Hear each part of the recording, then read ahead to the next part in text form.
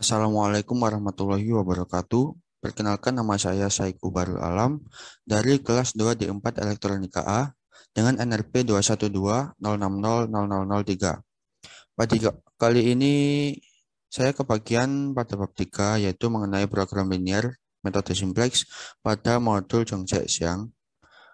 Pada bab ini akan dibahas tentang penyelesaian program linear menggunakan metode simplex yang merupakan perluasan metode grafik.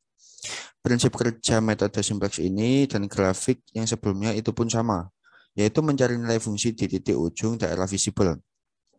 Hanya saja, dalam metode simplex, pencarian iteratif dilakukan secara numerik, sehingga terhindar dari keterbatasan jumlah variabel seperti yang dialami oleh metode grafik.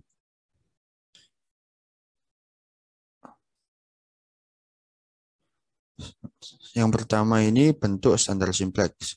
Sebelum melakukan proses iterasi metode simplex, masalah harus terlebih dahulu dibawa ke bentuk standar metode simplex. Bentuk standar metode simplex adalah sebagai berikut.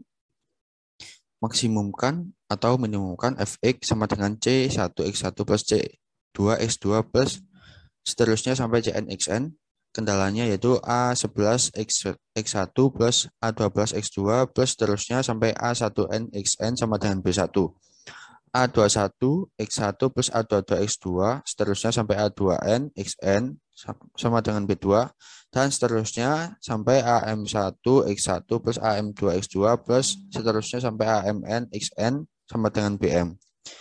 X sama dengan X1 X2 seterusnya sampai XN lebih dari 0 dan B aksen sama dengan B1 B2 seterusnya sampai BM lebih dari 0. Dalam notasi vektor atau matriks, bentuk standar simplex dapat dinyatakan sebagai berikut. Maksimumkan atau minimumkan C Z sama dengan CX. Kendalanya AX sama dengan B, X lebih dari 0, B lebih dari 0 dengan matriks A sebagai berikut. A11, A12 sampai dengan A1N, A21, A22, seterusnya sampai A2N, dan ke bawah seterusnya AM1, AM2 sampai dengan AMN. X sama dengan X1, X2 seterusnya sampai XN, B sama dengan B1, B2 seterusnya sampai BM, C sama dengan C1, C2 sampai dengan CN. Perhatikan juga perbedaan bentuk standar program linear dan bentuk standar penyelesaian dengan metode simplex. Dalam bentuk standar metode simplex ada dua hal yang perlu diperhatikan. Yang pertama, semua kendala harus berbentuk persamaan. Apabila kendala berbentuk pertidaksamaan, maka harus dirubah terlebih dahulu ke bentuk persamaan dengan penambahan variabel slack secukupnya. Koefisien variabel slack dalam fungsi sasaran sama dengan 0. Yang kedua, semua ruas kanan kendala tidak boleh negatif. Apabila ada kendala yang ruas kanannya negatif, maka kendala harus dirubah dulu menjadi tidak negatif dengan mengalihkan kendala tersebut dengan -1. Langsung saja masuk dalam contoh. Jadikan bentuk berikut ini menjadi bentuk standar simplex. Yang pertama, maksimumkan Z sama dengan X1 plus X2. Kendalanya X1 plus 5X2 kurang dari 5. 2X1 plus X2 kurang dari 4.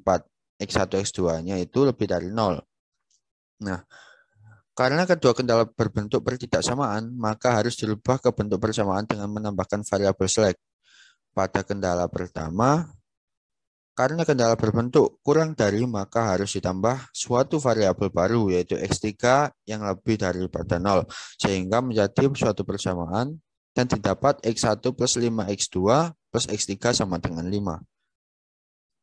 Secara analog, untuk menjadikan kendala kedua menjadi suatu persamaan, haruslah ditambahkan suatu variabel baru, yaitu X4 lebih dari 0. Didapatkan 2X1 plus X2 plus X4 sama dengan 4. Perhatikan di sini bahwa variabel yang ditambahkan pada kendala kedua harusnya berbeda dengan variabel yang ditambahkan pada kendala pertama.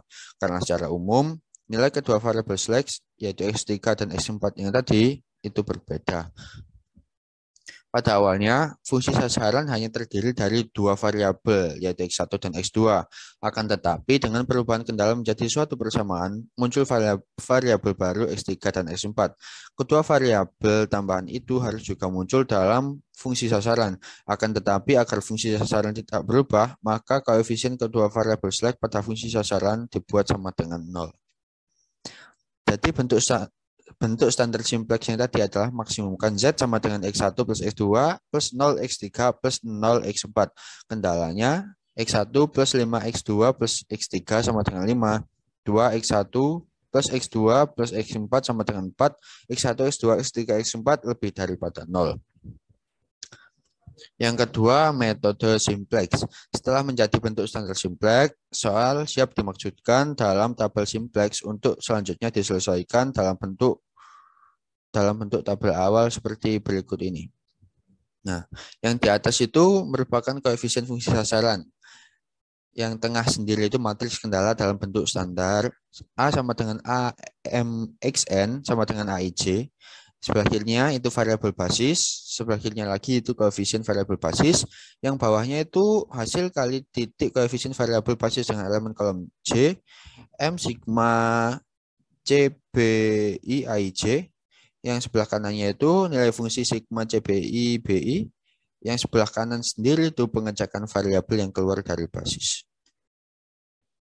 Bagian-bagian penting dalam tabel metode simplex. Yang pertama, koefisien-koefisien model program linear. Koefisien fungsi sasaran C1, C2 sampai dengan Cn diletakkan pada baris paling atas. Matriks kendala A sama dengan AIJ diletakkan pada bagian tengah. Di sebelah kanannya adalah nilai ruas kanan. Kendala B1, B2 sampai dengan BM lebih dari 0. Perhatikan bahwa semua koefisien ini haruslah dalam bentuk standar simplex. Pada setiap iterasi, nilai matriks A dan vektor B akan selalu direvisi. Yang kedua, variabel basis. Di antara variabel-variabel yang ada beberapa di antara yang merupakan variabel basis. Syarat menjadi variabel basis akan dijelaskan pada contoh sebelumnya. Variabel basis ini yang nantinya akan menentukan penyelesaian program linear. Revisi tabel pada tiap iterasi dilakukan dengan cara merubah variabel basisnya. Variabel basis diletakkan pada kolom kedua, koefisiennya diletakkan pada kolom paling kiri. Yang selanjutnya, perhitungan nilai fungsi dan pengecekan nilai optimalitas. Baris paling bawah dipakai untuk menentukan apakah tabel yang dibuat sudah optimal apa belum. Jika sudah optimal, maka iterasi dihentikan. Akan tetapi jika belum optimal, maka tabel perlu direvisi dengan cara merubah variabel basisnya. Nilai fungsi pada setiap iterasi tampak pada sel di ujung kanan bawah. Nah, perlu diperhatikan, proses simplex diawali dengan menjadikan masalah ke bentuk standar simplex. Berikutnya diuji apakah kendala dalam bentuk standar tersebut sudah mengandung matriks identitas apa belum. Apabila belum, maka perlu ditambahkan variabel semu. Matriks identitas ini diperlukan untuk menentukan variabel basis. Selanjutnya, merupakan gambar bagan alir keseluruhan proses penyelesaian program linear dengan metode simplex. Diawali dengan soal asli, dan dilanjutkan dan jadikan bentuk standar dengan menambahkan variabel select. Jika ada LM-nya, langsung saja masuk pada tabel awal simplex. Jika tidak ada, tambahkan variabel semu. Untuk soal maksimum, koefisien sama dengan minus M. Untuk soal minimum, koefisien sama dengan M. Langsung masuk pada tabel awal simplex. Isi kolomnya XB sama dengan variabel basis, CB dengan koefisien variabel basis. Selanjutnya hitung ZJ sama dengan sigma CBI IJ. Hitung juga nilai fungsi dan hitung CJ min ZJ. Untuk jika ditemukan pada soal maksimum ada C sehingga CJ min ZJ lebih dari 0, dan soal minimum ada C sama dengan C sehingga CJ min ZJ kurang dari 0. Jika ada, maka revisi tabel dan mengulanginya lagi. Jika tidak, maka adanya variabel semu yang bernilai positif. Jika ada, Maka soal tidak visible sehingga tidak memiliki penyelesaian optimal dan selesai. Jika tidak ada, langsung penyelesaian optimal dan selesai. Yang selanjutnya merupakan bahkan alih revisi tabel apabila tabel belum optimal. Langsung saja dimulai. Yang pertama itu pilih variabel basis baru. Untuk soal maksimum, pilih K sedemikian hingga C K min ZK sama dengan maksimum CC min ZC, CC min ZC lebih dari 0. Untuk soal minimum, pilih K sedemikian hingga C K min ZK sama dengan min CC min ZC, CC min ZC kurang dari 0. XK merupakan calon basis. Jika ada AIK, maka Theta I sama dengan BI per AIK. AIK lebih dari 0. Selanjutnya pilih R sama dengan min. XBR keluar dari basis ARK merupakan elemen kunci. Ganti XBR dengan XK, ganti CBR dengan CK, dan melakukan perhitungan baru. I sama dengan R, AIJ aksen sama dengan ARJ per ARK, BI aksen sama dengan BR per ARK. Untuk I tidak sama dengan R, AIJ aksen sama dengan AIJ minus ARJ AIK per ARK. BI aksen sama dengan BI min BR AIK per ARK. Dan program tersebut selesai. Jika tidak ada AIK lebih dari 0, maka penyelesaian tak terbatas dan program akan selesai. Perkenalkan, saya Emi Shwala Nugrah dari kelas 2D4 Teknik Elektronika A dengan NRP 2120600004. Sebelumnya, teman saya telah memberikan penjelasan mengenai metode simplex, yakni berupa standar simplex dan juga penjelasan umum mengenai metode simplex. Setelah ini, saya akan mencoba memberi sebuah permasalahan, yang mana permasalahan ini nanti akan dapat diselesaikan dengan menggunakan metode simplex. Adapun permasalahannya adalah sebagai berikut. Seorang pengusaha bahan kimia membuat dua macam cairan pembunuh serangga, yaitu jenis superior C1 dan jenis standar C2. Kedua jenis cairan dibuat dari dua macam bahan yang sama, yaitu A dan B, dengan komposisi yang berbeda. Setiap liter cairan jenis superior dibuat dari campuran 1 unit bahan A dan 3 unit bahan B. Sedangkan setiap liter jenis standar dibuat dari campuran 2 unit bahan A dan 1 unit bahan B. Karena keterbatasan pasokan, setiap harinya ia hanya dapat memperoleh 20 unit bahan A dan 20 unit bahan B. Untuk setiap liter jenis cairan superior yang ia buat, ia akan memperoleh keuntungan sebesar 30.000. Untuk setiap liter cairan jenis standar, ia akan memperoleh keuntungan sebesar 20.000. Jika diasumsikan bahwa semua cairan yang dibuat akan laku terjual, berapa liter cairan masing-masing jenis yang harus ia buat tiap harinya agar keuntungan yang didapatkan bisa maksimum? Berikut adalah penyelesaiannya dengan menggunakan metode simplex. Namun, sebelum kita menyelesaikannya dengan metode simplex, terlebih dahulu kita akan mengubah soal tadi menjadi model matematika, di mana model matematikanya sendiri adalah maksimumkan fx1, x2 sama dengan 3x1 ditambahkan x2, ya. Nah, ini dalam puluhan ribu, dengan fungsi kendala x1 ditambah 2x2 kurang lebih sama dengan 20, dan fungsi kendala keduanya 3x1 ditambah x2 kurang lebih sama dengan 20, dan x1, x2 lebih dari 0. Nah, karena kendala yang dalam model matematika ini masih berbentuk ketidaksamaan, maka untuk itu kita harus mengubahnya terlebih dahulu ke persamaan dengan menambahkan variabel slab x3 pada fungsi kendala pertama dan variabel slab x4 pada fungsi kendala kedua. Sehingga dapat kita dapatkan standar simplexnya yang seperti di bawah ini, di mana maksimumkan fx1 sampai dengan x4 sama dengan 3x1 ditambah 2x2 ditambah 0x3 ditambah 0x4 dengan fungsi kendala x1 ditambah 2x2 ditambah x3 sama dengan 20. Fungsi kendala keduanya 3x1 ditambah x2 ditambah x4 sama dengan 20. x1, x2, x3, x4 lebih dari 0. Setelah kita mendapatkan persamaan standar simplexnya, kita akan dapat menentukan tabel visible awal simplex, di mana tabel visible awal ini sendiri terdiri atas koefisien-koefisien yang ada dari persamaan standar simplex yang tadi telah kita buat. Nah, untuk tabel awal simplexnya sendiri dapat kita lihat di sini, di mana untuk kolom CJ sendiri itu merupakan yang akan nanti diisi oleh koefisien X di fungsi sasaran.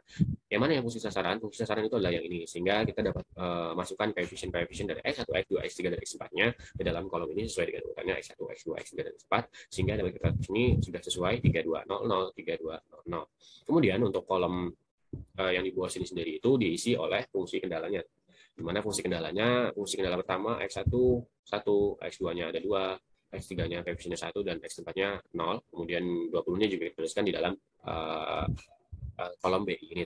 Kemudian untuk fungsi kendala keduanya juga sama, kita tuliskan dalam kolom ini, di mana 3101, 3101, dan juga 20-nya kita tuliskan di kolom BI. Nah, setelah kita mengisi tabel awal simplex-nya, setelah itu langkah berikutnya adalah kita akan menentukan variabel basis yang nanti akan mengisi kolom XB-nya ini. Nah, variabel basis sendiri itu merupakan variabel yang akan membentuk matriks identitas. Dari tabel sendiri tampak bahwa variabel yang bentuk identitas itu adalah X3 dan X4. Kenapa bisa X3 dan X4? Karena masing-masing koefisien dari X3 dan X4 ini dalam fungsi sasarannya itu adalah 0. Sehingga X3 dan X4 ini nanti akan kita masukkan ke dalam kolom XBI. Nah, ini seperti yang di bawah ini setelah kita masukkan X3 dan X4-nya di kolom XBI. Selanjutnya juga masing-masing koefisien dari X3 dan X4 ini juga kita tuliskan dalam kolom sebelahnya, yaitu di kolom CBI, di mana di sini bisa kita lihat untuk X3 sendiri koefisiennya itu adalah 0 dan X4 juga koefisiennya adalah 0. Selain itu juga kita dapat perhatikan letak dari baris variabel basis ini ya, di mana letak variabel basis ini harus sesuai dengan baris yang memiliki elemen 1 pada matriks identitas variabel yang bersangkutan. Nah, sebagai contoh itu misalkan kolom variabel X3. Elemen 1 itu terletak pada baris pertama, maka variabel basis X3 ini juga terletak pada baris pertama. Hal yang sama juga terjadi pada variabel X4, di mana X4 ini juga memiliki elemen sama dengan 1 yang terletak pada baris kedua, sehingga variabel X4 ini diletakkan pada baris kedua. Ini baris pertama dan ini baris kedua. Sehingga di sini kita dapat tuliskan X3 terlebih dahulu, kemudian X4 yang di urutan kedua. Nah, selanjutnya apa yang akan dilakukan setelah menentukan variabel basis dan mengisi tabel awal simplex-nya? Selanjutnya kita akan melakukan pengujian optimalitas dari tabel yang telah kita buat tadi. Di mana untuk pengujian optimalitas sendiri itu terdiri dari beberapa langkah, yaitu menghitung besaran ZZ, kemudian menghitung nilai fungsi, dan juga menghitung selisih antara CJ dikurang ZZ. Nah, kita akan menghitung nilai ZZ-nya, di mana ZZ sendiri itu adalah sama dengan sigma CBI dikalikan AIJ, di mana ini adalah hasil kali titik antara koefisien variabel basis dengan elemen yang terletak pada kolom PJ matriks kendala. Nah, pada kolom 1 sendiri,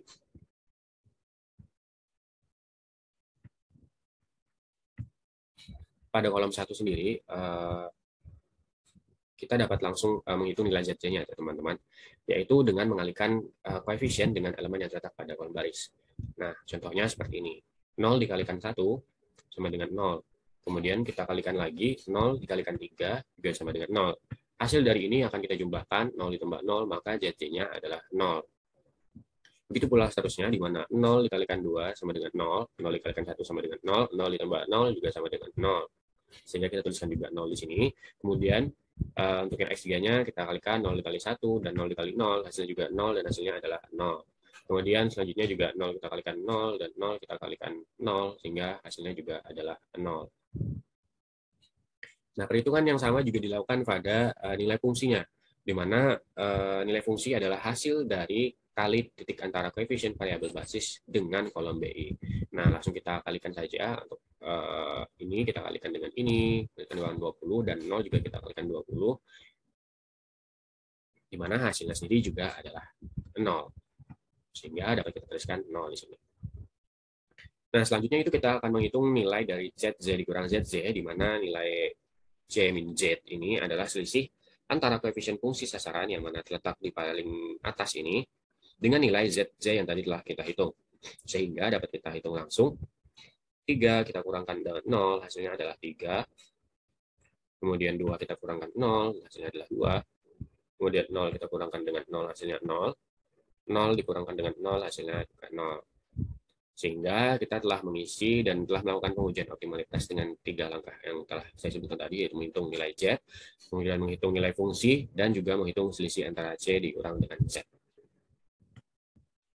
Selanjutnya, setelah kita melakukan pengisiannya, kita akan membuktikan apakah tabel yang telah kita isi ini sudah optimal.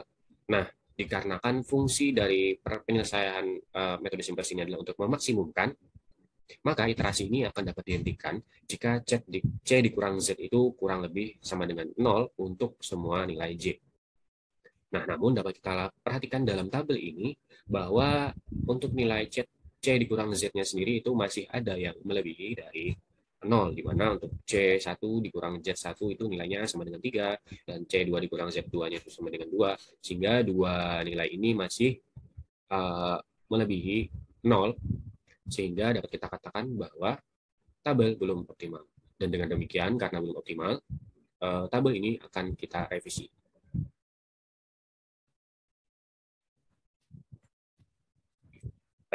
Revisi tabel simplex sendiri itu dapat diilustrasikan sebagai seorang pelatih sepak bola yang akan mengganti pemainnya yang kurang optimal penampilannya. Mula-mula ia akan memilih seorang pemain cadangan yang menjadi pemain calon pengganti. Kemudian ia akan mengeluarkan pemain yang sedang bermain tadi yang menyebabkan pemainnya tidak bermain secara optimal dan menggantikannya dengan pemain yang pengganti yang telah ia siapkan. Begitu juga dalam hal tabel simplex ini. Pemain yang sedang bermain itu adalah variabel basis dan variabel bukan basis itu merupakan variabel atau pemain cadangannya. Dalam tabel ini, pemain yang sedang bermain itu adalah X3 dan X4. Sedangkan pemain cadangannya itu adalah X1 dan X2. Nah, dikarenakan tabel setelah dia lakukan uji optimalitas tadi belum optimal, ditandai dengan adanya elemen C min Z yang kurang dari 0, maka kita akan mengganti pemain yang sedang bermain ini dengan pemain cadangan.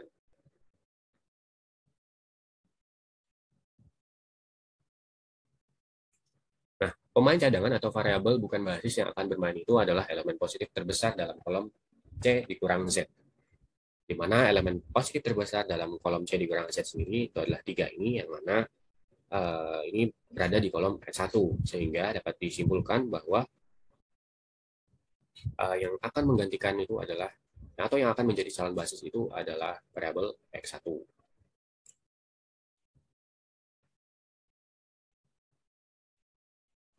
Untuk elemen IJ sendiri yang bernilai positif,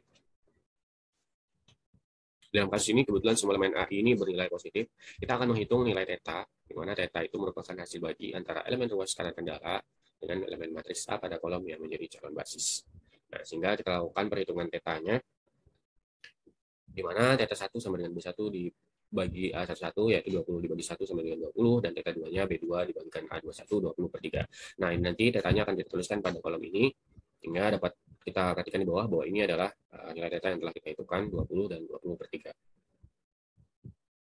Nah, dengan nilai theta yang telah kita hitung tadi, selanjutnya kita akan memilih nilai yang paling minimum, di mana nilai theta yang paling terkecil dari hasil perhitungan ini adalah 20/3, yang terletak pada baris kendala kedua, yaitu basis X4.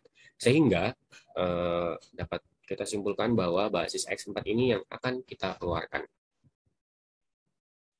Nah, untuk itu kita tandai untuk baris dari X4 sendiri dengan kotak horizontal seperti ini, yang akan nanti kita ganti. Nah, kemudian kita juga melakukan kotak pada kolom X1, dengan X1 sendiri merupakan calon basis yang akan menggantikan X4.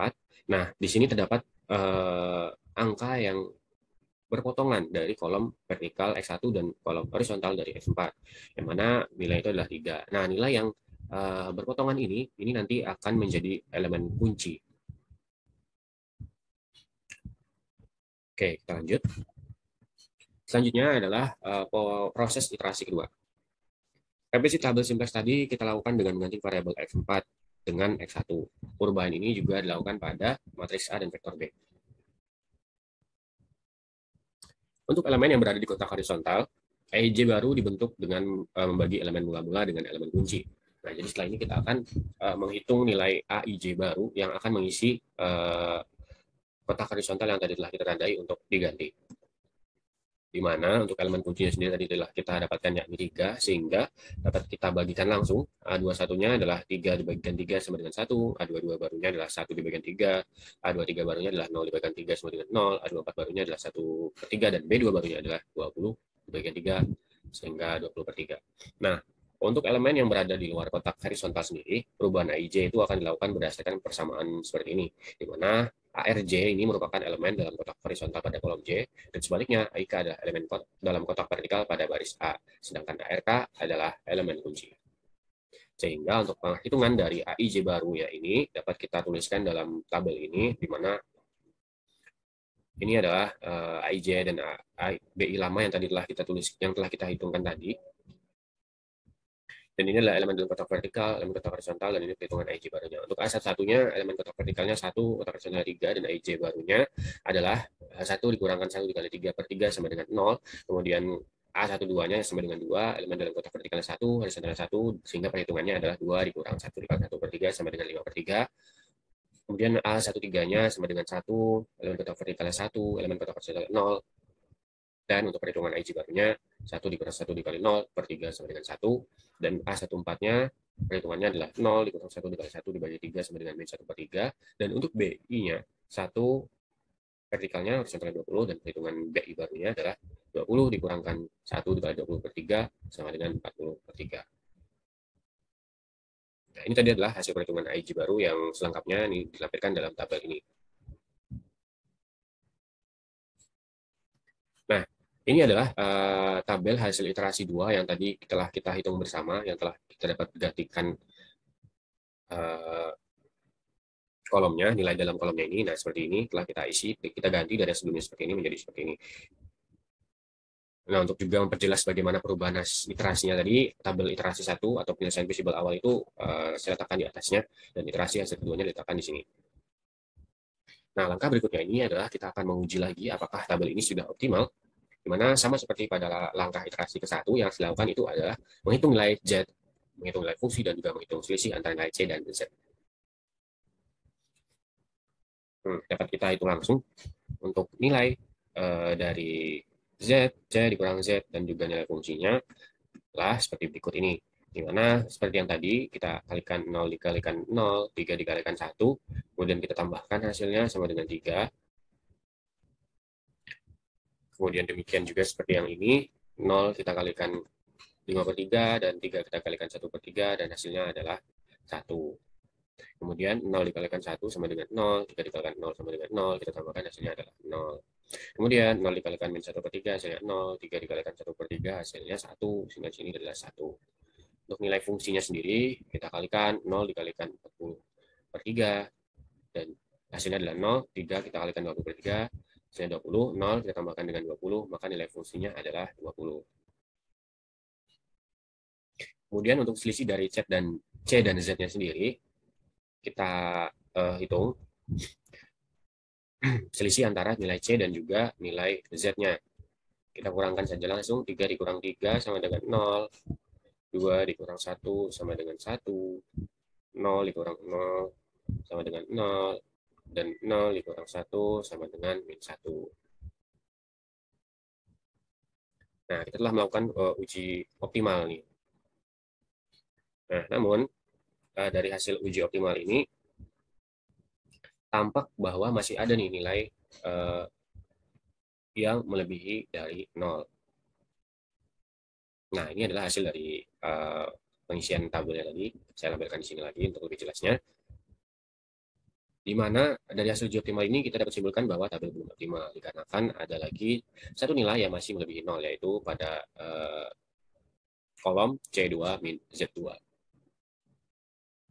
Nah, di mana karena nilai ini merupakan satu-satunya yang melebihi dari 0, dapat kita simpulkan bahwa X2 ini akan menjadi satu-satunya calon basis baru.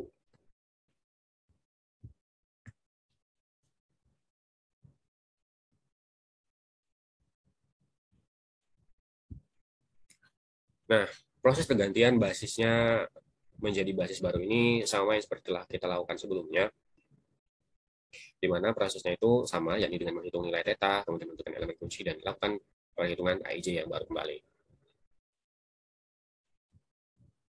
Nah, di mana untuk nilai theta-nya sendiri itu langsung saja kita bagikan, yaitu 40/3 kita bagikan dengan 5/3 sama dengan 8. Kemudian 20/3 kita bagikan 1/3 sama dengan 20. Oh ya, sebelumnya itu untuk X2-nya ini sendiri, ini adalah calon basisnya ya, sehingga ini kita lakukan tanda dengan memberi kotak secara vertikal ini karena X2 merupakan calon basis baru, dan X3 ini adalah basis yang akan kita ganti, dan ditandai dengan kotak yang horizontal ini. Nah, kemudian nilai yang terpotong antara dua kolom ini adalah 5/3, ya ini yang terletak di A1, 2, sehingga 5/3 ini nanti akan menjadi elemen kunci. Kemudian setelah itu kita akan melakukan perhitungan IJ yang baru yang nanti akan mengisi kolom ini, di mana IJ barunya A1-1-nya adalah 0 dibagikan 5/3, di mana hasilnya adalah sama dengan 0. Kemudian A12 barunya adalah 5/3 dibagikan 5/3 sama dengan 1. Kemudian untuk A13 barunya adalah 1 dibagikan 5/3 dan hasilnya adalah 3/5.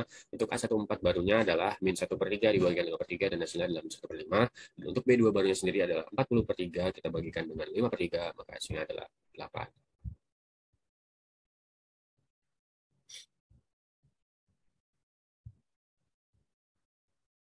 Nah, ini tadi adalah selengkapnya tabel perhitungan AIJ yang tadi telah kita lakukan. Ini penjelasan secara lengkapnya untuk elemen dalam kotak vertikal dan elemen dalam kotak horizontal serta perhitungan AIJ-nya. Nah, setelah kita lakukan perhitungan AIJ tadi, kita akan segera mengganti kolom yang tadi berisikan X3, kita gantikan menjadi X2 seperti ini. Dan ini beserta dengan perhitungan AIJ yang telah dilakukan. Kita langsung masukkan juga di sini.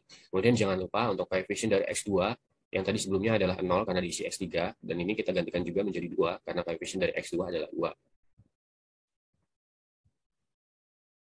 Nah, setelah ini kita akan kembali melakukan uji optimalitas karena tabel telah kita revisi lagi. Nah, di mana berikut ini adalah pengujian optimalitas, yakni dengan cara yang sama seperti yang telah kita lakukan 2 kali sebelumnya, yakni dengan menghitung nilai ZZ, kemudian nilai fungsi, dan juga selisih antara nilai C dan Z. Nah, di mana untuk Z1-nya sendiri sama dengan 2 dikalikan 0 dan 3 dikalikan 1, maka hasilnya adalah 3. Kemudian 2 dikalikan 1 dan 3 dikalikan 0, maka hasilnya adalah 2. Kemudian untuk Z3-nya sendiri, 2 dikalikan 3 per 5, 3 dikalikan 1 per 5, hasilnya adalah 3 per 5. Kemudian untuk Z4-nya, 2 dikalikan 1 per 5, 3 dikalikan 2 per 5, dan hasilnya adalah 4 per 5.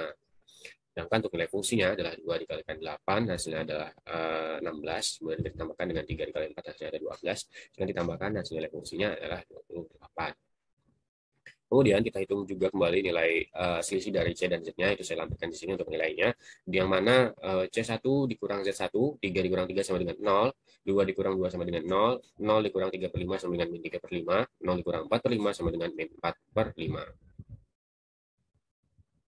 Nah, setelah dilakukannya uji optimalitas, di sini kita dapat melihat bahwa nilai selisih antara C dikurang Z ini semuanya tidak ada lagi yang melebihi 0.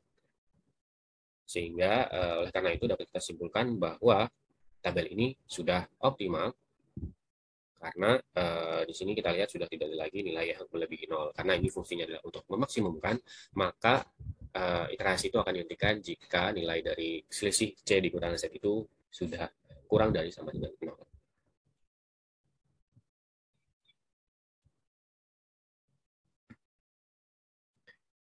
Ya, jadi ini adalah hasil iterasi simplex yang telah kita lakukan sebanyak 3 kali, di mana kita telah melakukan pengujian optimalitas, setelah tidak optimal kita lakukan revisi, kemudian kita lakukan seterusnya hingga kita mencapai nilai C dikurang Z yang sama dengan 0.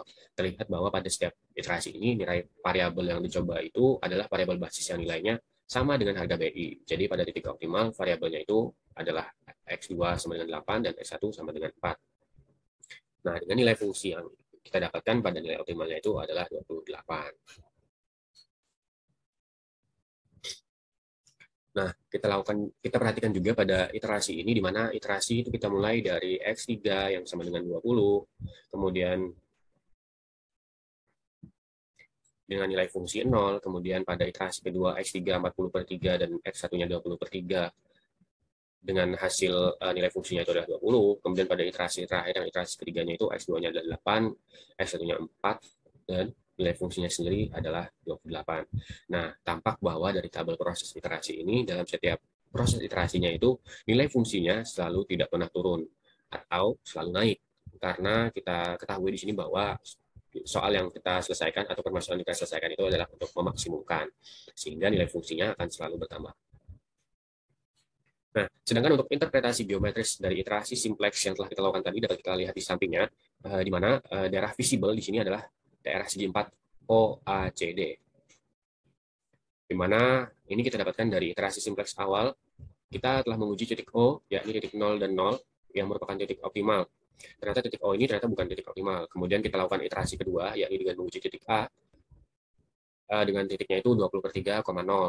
Kemudian ternyata titik A ini pun bukan titik yang optimal, sehingga iterasi juga terus dilanjutkan ke titik C, yakni titik 4,8, yang ternyata setelah diuji optimal itu merupakan titik optimal.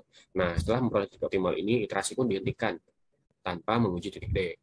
Di sini terlihat bahwa sebenarnya proses simplex ini sama dengan penyelesaian grafik, yaitu secara iteratif menguji titik ujung daerah visible yang merupakan titik optimal. Namun yang membedakan di sini adalah dalam penyelesaian grafik, prosesnya itu dilakukan dengan menentukan titik ujung daerah visible secara analitik dan gambar. Sedangkan dalam metode simplex ini, proses tersebut dilakukan secara numerik sehingga bila keterbatasan jumlah variabel yang dialami oleh metode grafik itu dapat ditanggulangi. Demikianlah sebuah contoh penyelesaian permasalahan menggunakan metode simplex. Kurang dan lebihnya saya mohon maaf. Selanjutnya akan dilanjutkan oleh teman saya. Nama saya Yuswani dari kelas 2D4 Teknik Elektronika A dengan NRP 212060005. Di sini saya akan menjelaskan program linear metode simplex yang dimana sebelumnya sudah dijelaskan oleh teman saya. Saya langsung saja di sini saya akan menjelaskan contoh 3.5 yang dimana soalnya adalah menemukan part x plus 6y plus z dengan kendala x plus 2y kurang lebih atau sama dengan 10, y plus 4z lebih dari atau sama dengan 20. 3x plus z lebih dari atau sama dengan 40 dengan x, y, dan z lebih dari atau sama dengan 0. Yang dimana penyelesaiannya adalah untuk menyelesaikan dengan metode simplex ini, model terlebih dahulu dijadikan ke bentuk standar. Karena kendala min1 berbentuk kurang dari atau sama dengan, maka harus ditambah dengan variabel x4. Karena kendala 2 dan 3 masing-masing berbentuk lebih dari atau sama dengan, maka harus dikurangi dengan variabel baru x5 dan x6. Koefisien x4, x5, dan x6 di fungsi sasaran sama dengan 0. Didapat minimumkan 4x plus 6y plus z plus 0x4 plus 0x5 plus 0x6. Kendalanya yaitu x plus 2y, x plus 4 sama dengan 10. Y plus 4z minus x5 sama dengan 20. 3x plus z min x6 sama dengan 40. Yang dimana x, y, z, x4, x5, x6 lebih dari atau sama dengan 0. Karena masih kendala belum membentuk submatriks identitas, maka pada baris atau kendala kedua dan ketiga harus ditambah variabel semu x, z, dan x8. Karena soalnya meminimumkan, maka koefisien x, z, dan x8 pada fungsi sasaran M, suatu bilangan positif besar didapatkan bentuk yang siap dimasukkan dalam tabel awal simplex. Minimumkan 4x plus 6y plus z plus 0x4 plus 0x5 plus 0x6 mx7 plus mx8. Kendalanya yaitu x plus 2y plus x4 sama dengan 10, y plus 4z min x5 plus xz sama dengan 20, 3x plus z min x6 plus x8 sama dengan 40. X, Y, Z, X4, X5, X6, X7, X8 lebih dari atau sama dengan 10. Hasil iterasi simplex tampak pada tabel 3.18. Perhatikan cara penentuan variabel yang keluar dan masuk dalam basis pada tiap iterasi. Dikaitkan dengan kotak horizontal dan vertikal. Juga diperhatikan perubahan harga A, I, Z, dan BI setelah dilakukan perubahan basis. Ini adalah metode simplexnya. Mungkin di sini penjelasannya yaitu langsung saja semua variabel semu x7 dan x8 tidak muncul sebagai variabel basis di tabel optimalnya. Berarti soal tersebut memiliki penjelasan optimal. Penjelasan optimalnya x sama dengan 0, y sama dengan 0, z sama dengan 40, x4 sama dengan 10, x5 sama dengan 140, x6 sama dengan 0, x7 sama dengan 0, x8 sama dengan 0. Jika kembalikan ke soal aslinya, maka penyelesaian masalah mula-mula adalah x sama dengan 0, y sama dengan 0, z sama dengan 40. Langsung saja di sini ada beberapa contoh kasus khusus yang dimana yang pertama itu ada alternatif penyelesaian. Alternatif penyelesaian berarti adanya dua penyelesaian atau lebih yang menghasilkan nilai optimal yang sama. Adanya alternatif penyelesaian dalam metode simplex dapat dilihat daripada tabel optimalnya. Perhatikan elemen pada baris C, Z, CZ sampai ZZ yang bernilai 0 pada tabel optimal. Nilai 0 pada baris CZ sampai ZZ selalu bersesuaian dengan variabel basis. Jika CK sampai ZK sama dengan 0 pada dalam tabel optimal, sedangkan variabel pada kolom tersebut sama dengan XK. bukanlah variabel basis. Maka hal ini menunjukkan adanya alternatif penyelesaian. Alternatif penyelesaian didapat dengan memaksa variabel xk menjadi basis. Meskipun sebenarnya tabelnya sudah optimal. Untuk lebih jelasnya, di sini saya akan memberikan contoh 3.7 yang dimana soalnya adalah maksimumkan fx1 x2 sama dengan 3x1 plus x2. Kendalanya itu x plus 1 dan 2x2 kurang dari atau sama dengan 20, 3x1 plus x2 kurang dari atau sama dengan 20, x1, x2 lebih dari atau sama dengan 0. Nah, untuk bentuk penyelesaiannya bagaimana? Langsung saja maksimumkan fx sampai x4 plus 3x1 plus x2 dan plus 0x3 plus 0x4. Kendalanya di mana x1 plus 2x2 plus x3 sama dengan 20. Langsung saja 3x plus 1 plus x2 plus x4 sama dengan 20, x plus x1, x2, x3, x4 lebih dari atau sama dengan 0. Tabel iterasi simplex tampak pada tabel 3.20. Tambah bahwa iterasi kedua tabel tersebut sudah optimal dengan penyelesaian optimal x1 sama dengan 20/3 dan x2 sama dengan 0. Karena bukan variabel basis pada optimal tabel optimal. Nah, ini adalah tabelnya yang dimana pada angka 0 tersebut adalah bukan basis tapi bernilai 0. Langsung saja tambah bahwa pada tabel optimalnya C2 sampai Z2 sama dengan 0 meskipun X2 bukan variabel basis. Ini menunjukkan adanya alternatif penyelesaian yang bisa diperoleh dengan memaksa X2 untuk menjadi basis. Langsung saja tanpa bahwa tabel sudah optimal dengan penyelesaian optimal X1 sampai dengan 4, X2 sampai dengan 8. Lalu juga mengandung alternatif penyelesaian karena X3 bukan merupakan variabel basis, tapi C3 sampai J3 sama dengan 0. Jika kemudian tabel direvisi lagi dengan cara memaksa X3 untuk menjadi basis, maka diperoleh kembali tabel optimal pada tabel titik 20. Selanjutnya itu, kasus khusus selanjutnya itu penyelesaian tak terbatas. Penyelesaian tak terbatas berarti fx bisa diperbesar atau diperkecil sampai titik tak berhingga. Perhatikan kembali bagian alir untuk merevisi tabel yang belum optimal. Setelah mendapatkan calon basis, maka langkah berikutnya adalah menguji apakah ada elemen AIX, elemen dalam kotak vertikal yang lebih dari 0.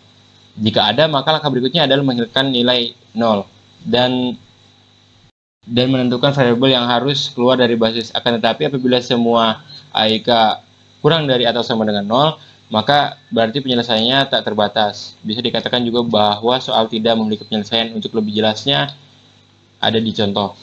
Selanjutnya kasus khusus yang ketiga yaitu soal tidak visible. Dalam metode simplex, variabel semua berfungsi sebagai katalisator agar muncul matriks identitas sehingga proses simplex dapat dilakukan. Pada iterasi yang pertama, variabel semua akan dipakai sebagai variabel basis untuk mempercepat keluarnya variabel semu dari variabel basis.